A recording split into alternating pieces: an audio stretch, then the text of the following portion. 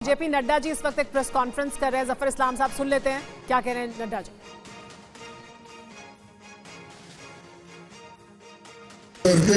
इस नतीजे पे हम आए हैं और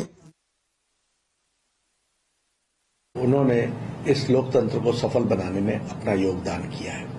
मैं विशेष करके अपने युवा साथी नव मतदाताओं को भी बधाई देना चाहता हूं, जिन्होंने पहली बार अपने मत का प्रयोग किया और प्रजातंत्र के इस उत्सव में भागीदारी उनकी रही। उनको भी मैं विशेष करके धन्यवाद देता हूं। मैं धन्यवाद देता हूं अपने यशस्वी प्रधानमंत्री जी को, जिनके नेतृत्व में भारतीय जनता पार्टी ने चुनाव लड़ा, और मैं अपने करोड़ों कार्यकर्ताओं को, जिन्होंने चुनाव प्रचार खत्म होने के बाद, अब मतदान खत्म होने के बाद सबका शुक्रिया अदा करते हुए जेपी नड्डा, तो वहीं दूसरी तरफ इंडिया अलायंस के सभी घटक दलों की बैठक के बाद कई अहम बातें कही हैं मल्लिकार्जुन खड़गे ने। अजय उपाध्याय जी भी हमारे साथ मौजूद हैं। अजय उपाध्याय जी, आपने सुना जफर इस्लाम साहब को, उनका ये कहना कि जहां से कांग्रेस खत्म होती है वहां वापस नहीं आती है, और आंकड़ा देने की बात है, लोगों को खुश करने के लिए ये आंकड़ा आपने सामने रख दिया है 295 का। ये आंकड़ा किस आधार पर है? देखिए, हमारे सारे सीनियर लीडर्स आज बैठे थे इंडिया गठबंधन के, और सभी के साथ विचार विमर्श करके सबके जो कार्यकर्ताओं का जो फीडबैक है, फील्ड में हम लोगों का जो फीडबैक है, उसको हमारे लीडरशिप ने आपस में विचार विमर्श के बाद, समझने के बाद उसको जो है यथार्थ के धरातल पर इस आंकड़े को लाने का प्रयास किया है। और जो अलग अलग राज्यों के लोग हैं, हमारे कार्यकर्ता हैं, उन्होंने इस बात को की पुष्टि की है कहीं ना कहीं। तभी हमारा लीडरशिप इस कंक्लूजन पर पहुंचा है कि हम 295 के आंकड़े को तकरीबन जो है हमारा वो है, ना ज़्यादा ना कम, जो सच्चाई है उसको व्यक्त किया है। जहां तक बात पूरे चुनाव प्रक्रिया के गहन विश्लेषण का था, आज चूंकि अंतिम चुनाव का समय ये चल रहा है और लास्ट है, लोकतांत्रिक वैश्विक स्तर पर जो लोकतंत्र है वो सबसे मजबूत लोकतंत्र भारत का है। उस लोकतंत्र की प्रक्रिया में जिस तरह आम जनमानस ने सहभागिता निभाई और क्या हमने खोया और क्या हमने पाया, इस पर एक विस्तृत चर्चा थी।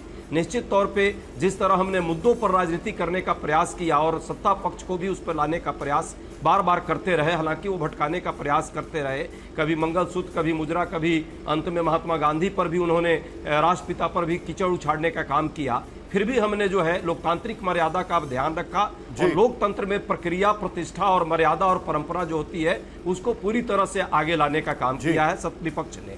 चुनाव आयोग की भूमिका पर जरूर एक बड़ा प्रश्न है। 117 हमने शिकायतें की है, खाना पूर्ति हुई है सिर्फ, और चुनाव आयोग अभी भी किंग कर्तव्य विमूढ़ बना हुआ है। मुझे जरूर आशा है कि चुनाव आयोग अंतिम जो ये 4-5 दिन, ठीक है अजय जी, आपने जो यहाँ पर चीजें रखी, मैं इसको थोड़ा आगे लेके जाता हूँ। पुष्पेश जी हैं, जयशंकर जी मेरे साथ हैं, रवि मेरे साथ कोलकाता से जुड़ चुके, बंगाल पे बहुत फोकस है इस बार। पुष्पेश जी, एक तरफ ये कहना कि 295 के ऊपर सीटें आ रही हैं, और दूसरी तरफ ये कहना कि चुनाव आयोग की जो विश्वसनीयता है उसके ऊपर सवाल खड़े करना, यह कहना कि हम कई सारे वहां पर शिकायतें लेकर जाएंगे। शिकायतें लेकर जाने में कोई नाराजगी नहीं है, कोई गलत बात नहीं है, लेकिन ये दोनों चीजें एक दूसरे को कॉन्ट्राडिक्ट करती हैं।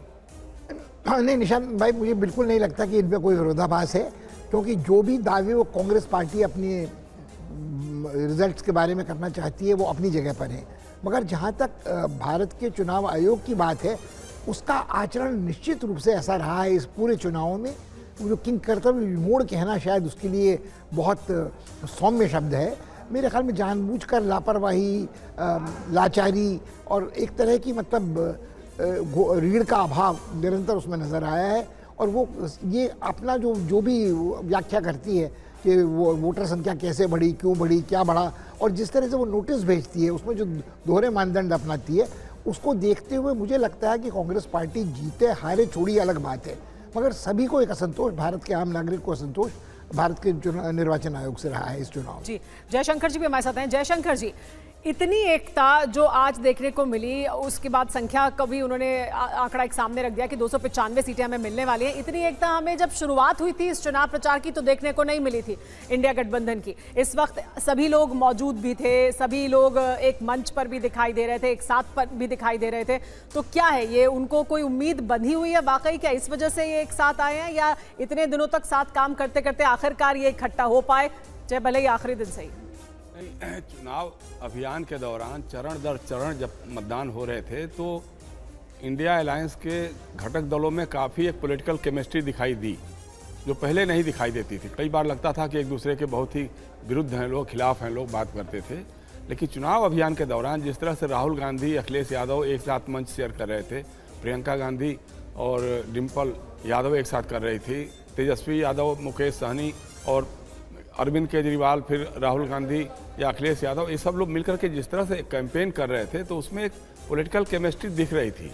और उसके आधार पे पता नहीं, मतलब 295 सीटों का जो आंकड़ा खरगे जी पेश कर रहे हैं, अब उनके पास कोई ना कोई आधार होगा, उन्होंने कुछ फीडबैक लिया होगा।